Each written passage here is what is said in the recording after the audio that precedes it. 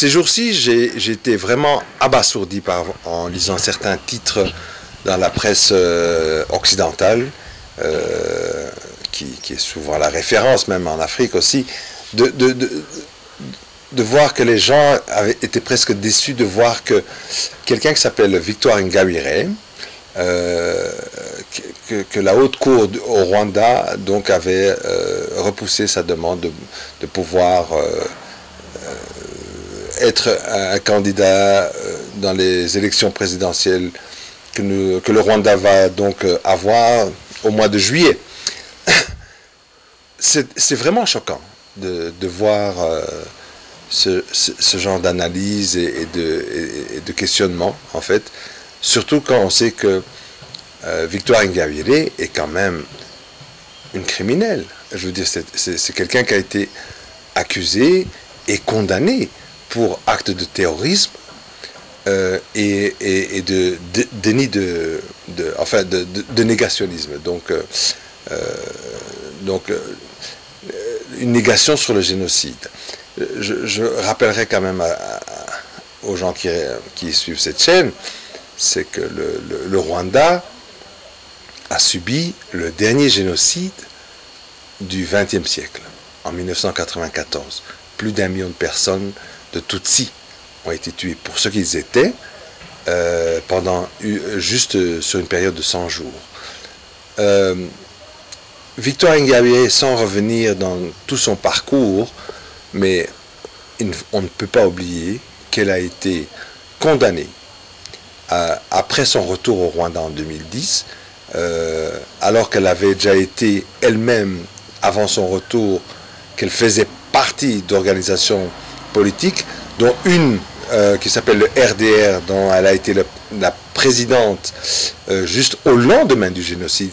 RDR qui était composé d'anciens militaires au gradé des forces génocidaires qui ont commis le génocide au Rwanda et de militants, et que elle en fut le premier président, que cette organisation a changé son appellation mais gardé les mêmes personnes, que c'est devenu le FDU Inkingi, que c'est comme ça qu'elle est rentrée au Rwanda.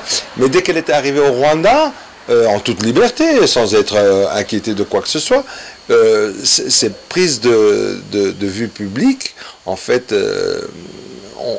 ont choqué, et pour finir, ont amené aussi à ce qu'elle-même soit accusée et condamnée de certains crimes. Dans son procès, rappelons à tout le monde que quand même le procureur au Rwanda a demandé aussi une contribution, une participation des instances juridiques hollandaises, qui était le pays où Victoire Ingabire résidait avant. Et les perquisitions dans son domicile en Hollande ont donné des preuves à l'accusation ici au Rwanda qui l'ont fait incriminer. Donc cet apport de preuves venu des Pays-Bas a fait que Victoire Ingabire avait été condamnée à 13 ou 15 ans de prison.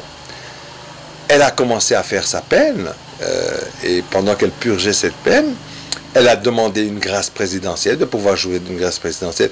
Donc c'est une démarche qui est venue de sa part, où elle demande pardon pour ses crimes et demande d'être relaxée. Et donc elle jouit depuis ce moment-là, quand la grâce présidentielle lui a été accordée, en fait de pouvoir purger sa peine en liberté, de ne pas être entre les quatre murs d'une prison, d'un pénitencier. Donc c'est dans cette condition-là, c'est une personne qui est encore sous condamnation, qui purge encore sa peine, et c'est elle qui demande à pouvoir, en fait, pendant cette peine, de pouvoir concourir comme candidat pour les élections présidentielles. Et que les gens soient choqués que la haute cour lui ait répondu par la négative, je crois que ça, c'est la partie la plus choquante. C'est parce que pour que des gens considèrent qu'un criminel qui soit lié à ce genre de crime puisse concourir pour une élection présidentielle, franchement, je crois que ça, c'est choquant. Ça, c'est choquant.